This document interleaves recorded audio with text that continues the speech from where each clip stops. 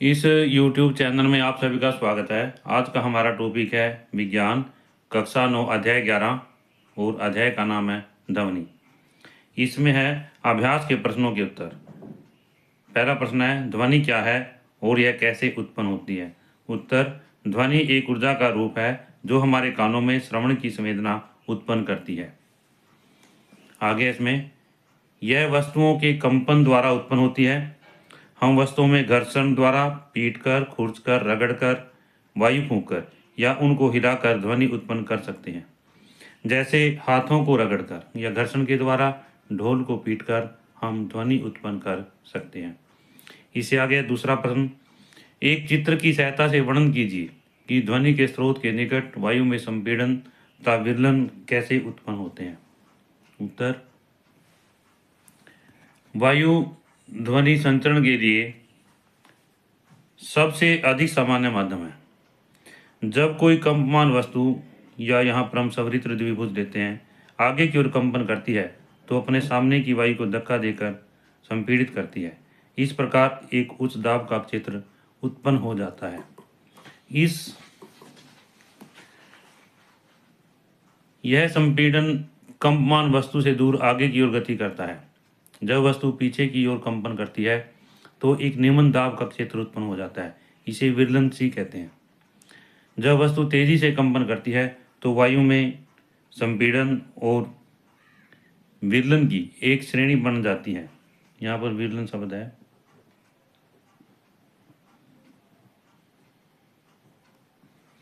एक श्रेणी बन जाती है। यह ध्वनि तरंग बनाते हैं जो माध्यम से होकर संचारित करती है। संपीड़न उच्च दाब तथा विरलन निम्न दाब का क्षेत्र है। इसमें यहाँ पर ये चित्र दिया गया है यहाँ पर कि कंपमान वस्तु किसी माध्यम में संपीड़न तथा विरलन किस प्रकार उत्पन्न करती है।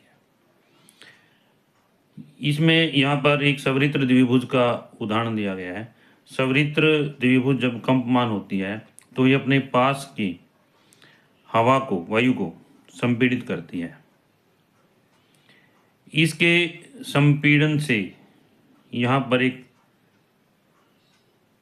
संपीड़ित क्षेत्र पैदा हो जाता है और यह वायु जो है आगे दूसरे माध्यम को जो है आगे वायु के कणों को पर अपना दबाव डालती है।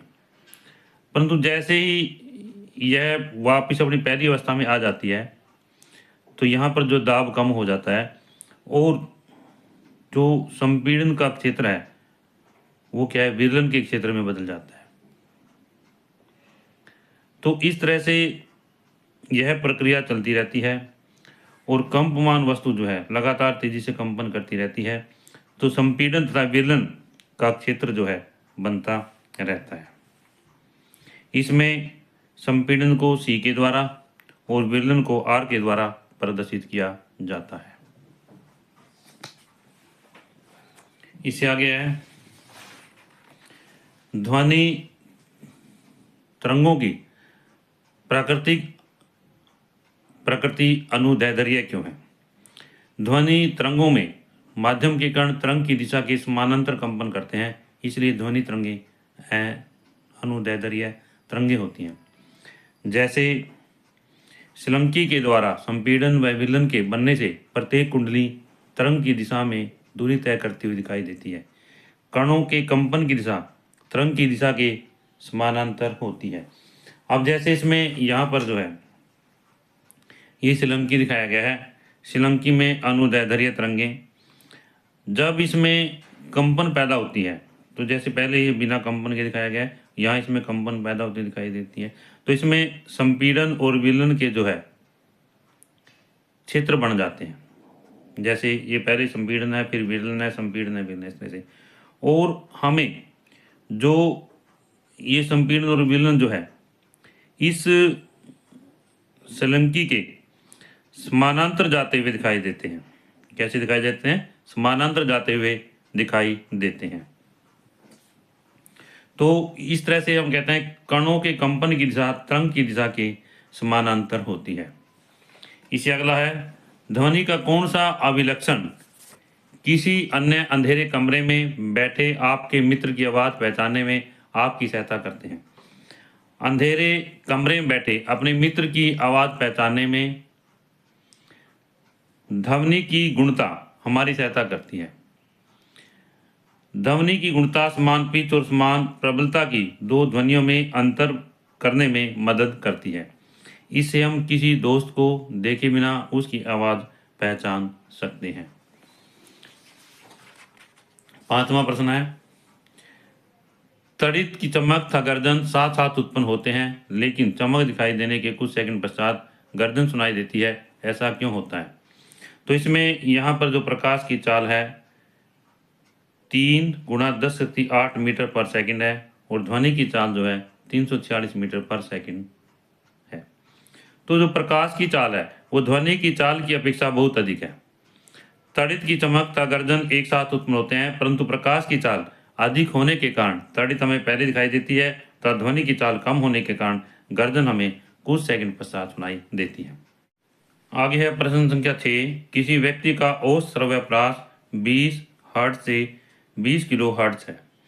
इन दो आवृत्तियों के लिए ध्वनि तरंगों की तरंग दैर्ध्य ज्ञात कीजिए। वायु में ध्वनि का वेग 344 मीटर पर सेकंड लीजिए। इसमें हल है, आवृत्ति जो है इसमें 20 हर्ट्ज है, वायु में ध्वनि का वेग 344 मीटर पर सेकंड है, तो वेग बराबर आवृत्ति गुणा में तरंग दैर्ध्य, ये फार्मूला है। तो तरंग दैर्ध्य किसके बराबर है? वेग बटा में आवृत्ति के बराबर है 344 बटा 20 17.2 मीटर आ जाता है। अब ये तो पहली आवृत्ति के लिए था, अब हम दूसरी आवृत्ति के लिए लेते हैं। आवृत्ति यहाँ पर जो दी गई है 20 किलो हर्ट्ज दी है, यानी 1 किलो हर्ट्ज में 1000 हर्ट्ज होते हैं, तो 20 को 1000 से मल्टीप्लाई करेंगे तो 20,000 हर्ट्ज आ जाता है। तो यहाँ पर तरंग दैर्ध्य किसके बराबर है? वेग बटा आवृत्ति के 344 बटे 20,000, तो एक काट करके आ जाता है 0.017 मीटर आ जाता है। इससे आगे प्रश्न संख्या 7, दो बालक किसी एल्यूमिनियम पाइप के दो सिरों पर है। एक बालक पाइप के एक सिरे पर पत्थर से आघात करता है, दूसरे सिरे पर स्थित बालक तक वायु तथा एल्यूमिनियम से होकर जाने वाली तरंगों द्वारा लिए गए समय का अनुपात ज्ञात कीजिए। उत्तर है, माना पाइप की लंबाई d मीटर, वायु में ध्वनि की चाल 346 मीटर पर सेकंड, वायु से होकर जाने वाली ध्वनि तरंगों द्वारा लिया गया समय t1 बराबर है d बटे 346 सेकंड के। एल्यूमिनियम से होकर जाने वाली ध्वनि तरंगों द्वारा लिया गया समय t2 बराबर है d बटा 6420 सेकंड के। अब यहाँ पर t1 बटे t2 बराबर d बटा 346 और इसके बटे आ जाता है d बटा 6420 के। आगे इसको सरल करते हैं हम, d बटे 340 गुणा 6420 बटा d के, तो ये काट करके आ जाता है हमारे पास में 18.55 आ जाता है। तो इस तरह से t1 और t2 दोनों के समय का जो अनुपात होगा 18.55:1 के हमारा आंसर आ जाता है। इसके बाद में आगे है प्रश्न संख्या 8, किसी ध्वनि स्रोत की आवृत्ति 100 हर्ट्ज है, 1 मिनट में यह कितनी बार कंपन करेगा? आवृत्ति कितनी दी गई है? 100 हर्ट्ज दी गई है और यानी 100 हर्ट्ज पर सेकंड। समय 1 मिनट दिया गया है, 1 मिनट के सेकंड बनाते हैं 60 सेकंड आ जाते हैं। 1 मिनट में कंपनों की संख्या बराबर है 60 × 100 के, यानी 6000 कंपन आंसर आ जाता है। प्रश्न संख्या 9, क्या ध्वनि परावर्तन के उन्हीं नियमों का पालन करती है जिनका कि प्रकाश की तरंगें करती हैं? इन नियमों को बताइए। इसका उत्तर है हाँ, प्रकाश की तरंगों की तरह ध्वनि भी परावर्तन के नियमों का पालन करती है। ध्वनि परावर्तन के नियम, पहला नियम है, आपतित ध्वनि तरंग परावर्तित ध्वनि तरंग तथा आपतन बिंदु पर खींचा गया अभिलंब सदैव एक ही तल में होते हैं। दूसरा है, ध्वनि की आपतित तरंग के द्वारा बना आपतन कोण ध्वनि की परावर्तित तरंग के द्वारा बने परावर्तन कोण के बराबर होता है। इसमें यहाँ पर ये चित्र दिखाया गया है ध्वनि का परावर्तन। यहाँ इसमें एक मेज है और ये जो दीवार है, ये अलार्म है, घड़ी है इसके द्वारा, और ये पाइप जो है लगी हुई है ऐसे, इधर हम कान लगा कर सुनते हैं। तो इसमें क्या कहता है कि ध्वनि जो है इस तरह से जाती है और फिर दीवार से टकरा करके इस ऐसे आती है। अब इसमें क्या है कि जैसे ये चित्र है, यह ध्वनि के आपतित होने की दिशा, यानी ध्वनि तरंग जो है ऐसे इसमें आती है और यहाँ टकरा करके ऐसे चली जाती है, तो इसको कहते हैं ध्वनि के परावर्तित होने की दिशा। ये तो इसमें ध्वनि के आपतित होने की दिशा है, ये क्या है, ध्वनि के परावर्तित होने की दिशा है। अब इस पॉइंट पर, इस बिंदु पर एक अभिलंब खींचा जाए, मान लीजिए, या खींचा जाता है, तो कोण आई कोण आर के बराबर आता है। कोण आई जो है कोण आर के बराबर आता है। तो यहाँ पर क्या है, कोण आई बराबर है कोण आर के। तो इसमें क्या कहता है अभी, ध्वनि की आपतित तरंग के द्वारा बना आपतन कोण ध्वनि की परावर्तित तरंग के द्वारा बने परावर्तन कोण के बराबर होता है।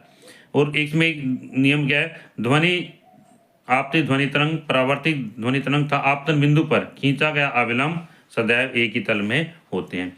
तो इसमें प्रकाश के परावर्तन के नियम भी यही हैं और ध्वनि के परावर्तन के नियम भी यही हैं। तो कहने का भावार्थ क्या है कि ध्वनि परावर्तन जो है उन्हीं नियमों का पालन करता है जिनका प्रकाश की तरंगें करती हैं।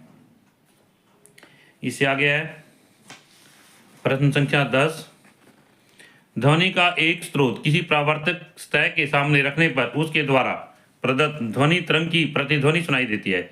यदि स्रोत तथा परावर्तक सतह की दूरी स्थिर रहे तो किस दिन प्रतिध्वनि अधिक सुनाई देगी, जिस दिन तापमान अधिक होगा या जिस दिन तापमान कम होगा। इसका उत्तर है जिस दिन तापमान अधिक होगा उस दिन प्रतिध्वनि जो है शीघ्र सुनाई देगी, क्योंकि तापमान के बढ़ने से ध्वनि की गति बढ़ जाती है। प्रश्न संख्या 11। ध्वनि तरंगों के परावर्तन के दो व्यवहारिक उपयोग लिखिए।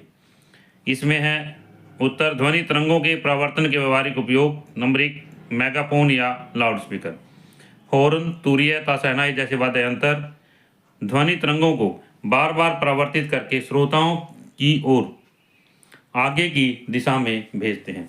तो इसमें यहाँ पर ये चित्र है, इसमें दिखाया गया है, ये मेगाफोन है, ये हॉर्न है। ये क्या करते हैं, ध्वनि की तरंगों को क्या करते हैं, ध्वनि की तरंगों को बार बार परावर्तित करके श्रोताओं को आगे की तरफ भेजते हैं और जो ध्वनि है वो श्रोताओं को सुनाई देती है। इसमें ये चित्र है मेगाफोन और हॉर्न का।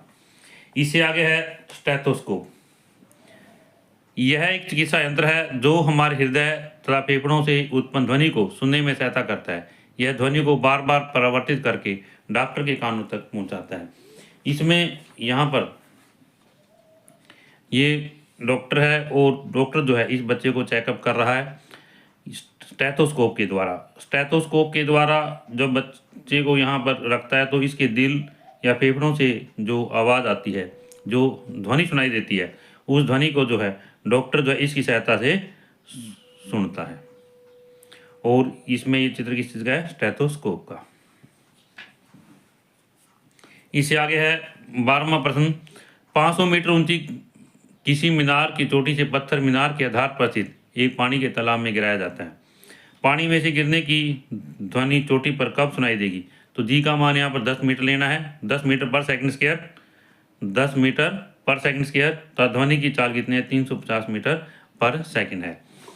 इसमें है एथ जो है ऊंचाई कितनी दी गई है, 500 मीटर दी गई है। प्रारंभिक वेग u बराबर है 0 के और t हमने ज्ञात करना है। हम गति समीकरण का प्रयोग करेंगे। s बराबर है ut प्लस 1/2 at स्क्वायर के। s यहाँ पर h है और a यहाँ पर g है, तो h बराबर है ut प्लस 1/2 gt स्क्वायर हो जाता है। s का मान कितना था, 500, u यहाँ पर 0 है, 0 गुणा t के और 1/2 gt स्क्वायर, जी 10 है, t का स्क्वायर आ गया। 500 बराबर 0 प्लस 5t स्क्वायर के आ गया, यानी 5t स्क्वायर बराबर 500 के आ गया। अब यहाँ पर टी स्क्वायर जो है 500/5 के 100 के आ गया। टी का मान जो है 10 सेकंड आ जाता है। इससे आगे 13वां प्रश्न है। एक ध्वनि तरंग 339 मीटर पर सेकंड की चाल से चलती है। यदि इसकी तरंग दैर्ध्य 1.5 सेंटीमीटर हो तो तरंग की आवृत्ति कितनी होगी, क्या ये सर्वव्यापी होगी। तो इसमें यहाँ पर ध्वनि तरंग की चाल कितनी है, 339 मीटर पर सेकंड है। तरंग दैर्ध्य कितना, 1.5 सेंटीमीटर है। यानी 1.5 सेंटीमीटर। तो यहाँ पर जैसे ये 1.5 सेंटीमीटर है, इसको हम 100 से डिवाइड करेंगे मीटर में चेंज करने के लिए, बदलने के लिए, यह आ जाता है 0.015 मीटर आ जाता है। तो फार्मूला यूज करेंगे, वेग बराबर है आवर्ती गुणा में तरंग दैर्ध्य, आवर्ती गुणा में तरंग दैर्ध्य, ये फार्मूला है। तो आवर्ती किसके बराबर हुई, वेग बटा में तरंग दैर्ध्य के 339 बटे 0.015 के, और ये हल करके आ जाता है 22,600 हर्ट्ज आ जाता है। सर्वध्वनि तरंगों की आवृत्ति 20 हर्ट्ज से 20,000 हर्ट्ज के बीच में होती है, इसलिए यहाँ पर कितना है 22,600 हर्ट्ज है, इसलिए यह ध्वनि क्या है, श्रव्य ध्वनि नहीं है। क्या कहेंगे हम इसको, यह जो ध्वनि है श्रव्य ध्वनि नहीं है। प्रश्न संख्या 14, अनुरण क्या है, इसे कैसे कम किया जाता है। किसी बड़े हॉल में ध्वनि का प्रवर्तन के बाद कुछ देर तक बने रहना अनुरण कहलाता है। इसमें क्या भी हॉल की छतों तथा दीवारों पर ध्वनि अवशोषक पदार्थ जैसे संपीड़ित फाइबर, बोर्ड, खुरदरी प्लास्टिक अथवा पर्दे लगा करके इसे कम किया जा सकता है। जो अनुरणन है हम इसको कम कर सकते हैं, किसकी सहायता से कम कर सकते हैं, जो छत है उस पर फाइबर बोर्ड लगा करके, खुरदरी प्लास्टर अथवा पर्दे लगा करके। इससे अगला है, ध्वनि की प्रबलता से क्या अभिप्राय है, किन कारकों पर निर्भर करता है। ध्वनि की प्रबलता कानों की संवेदनशीलता का माप है। ध्वनि की प्रबलता क्या है, कानों की संवेदनशीलता का माप है। यह ध्वनि तरंग के आयाम पर निर्भर करता है। किस बात पर निर्भर करता है, ध्वनि तरंग के आयाम पर। ध्वनि का आयाम जितना अधिक होगा ध्वनि उतनी ही प्रबल होगी। ध्वनि की प्रबलता निम्नलिखित कारकों पर निर्भर करती है। नंबर 1, ध्वनि के आयाम पर। क्या चीज़ है, ध्वनि के आयाम पर। नंबर 2, ध्वनि की ऊर्जा पर। नंबर 3, ध्वनि की तीव्रता पर। नंबर 4, तरंग के वेग पर। इसमें आगे उदाहरण लेते हैं। जब हम किसी मेज को धीरे से चोट मारते हैं तो हमें मृदु ध्वनि सुनाई देती है, क्योंकि हम कम ऊर्जा की ध्वनि तरंगें उत्पन्न करते हैं। यदि हम मेज को जोर से चोट मारते हैं तो हमें प्रबल ध्वनि सुनाई देती है, क्योंकि हम अधिक ऊर्जा की ध्वनि तरंगें उत्पन्न करते हैं। प्रश्न संख्या 16, वस्तुओं को साफ करने के लिए पराध्वनि का उपयोग कैसे करते हैं। इसमें वस्तुओं को साफ करने के लिए जैसे सर्पिलाकार नली, विषमाकार के पुर्जे, इलेक्ट्रॉनिक अवयव आदि वस्तुओं के जिस भाग तक पहुंचना होता है उसे साफ करने के लिए पराध्वनि का उपयोग किया जाता है। दोबारा से, सर्पिलाकार नली, विषम आकार के पुर्जे, इलेक्ट्रॉनिक अवयव आदि वस्तुओं के जिस भाग तक पहुंचना कठिन होता है, क्या कहते हैं इसमें, वस्तुओं के जिस भाग तक पहुंचना कठिन होता है उसे साफ करने के लिए पराध्वनि तरंगों का उपयोग किया जाता है। अब इसमें अभी जो पराध्वनि तरंगें हैं हम उसका उपयोग कैसे करते हैं। क्या कहते हैं इसमें, जिन वस्तुओं को साफ करना होता है, जिन वस्तुओं को साफ करना होता है, यहाँ से इसका आंसर शुरू होता है। जिन वस्तुओं को साफ करना होता है उसे साफ करने के लिए मार्जन विलयन में रखते हैं और इस विलयन में पराध्वनि तरंगें भेजी जाती हैं। अधिक आवृत्ति के कारण धूल, चिकनाई व गंदगी के कारण अलग हो जाते हैं और वस्तु जैसे साफ हो जाती है।